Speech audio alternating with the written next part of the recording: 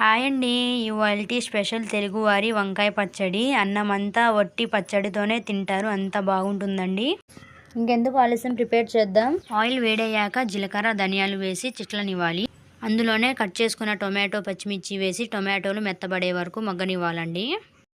ఆ తర్వాత మగ్గిన టొమాటో పచ్చిమిర్చి మిక్సీ జార్లోకి తీసుకొని నిమ్మకాయ సైజంత చింతపండు, రుచికి సరిపడా ఉప్పు, 4 వెల్లుల్లి వేసి గ్రైండ్ చేసుకోవాలి. అదే ప్యాన్లో కొంచెం ఆయిల్ వేసి కట్ చేసుకున్న వంకాయ ముక్కల్ని వేసి మూత పెట్టి బాగా మగ్గనివ్వాలండి. మగ్గిన వంకాయ ముక్కల్లో కొత్తిమీర వేసి మగ్గిన తర్వాత మిక్సీ జార్లోకి తీసుకొని ఆపి గ్రైండ్ చేసుకోవాలి.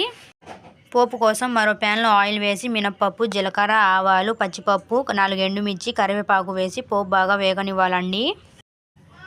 పోపు బాగా వేగాక గ్రైండ్ చేసుకున్న పచ్చడిని వేసి ఒకసారి బాగా కలుపుకొని చివరిగా కొత్తిమీర వేసి స్టవ్ ఆఫ్ చేసుకొని సర్వ్ చేసుకొని తింటే ఆహా వేరే లెవెల్.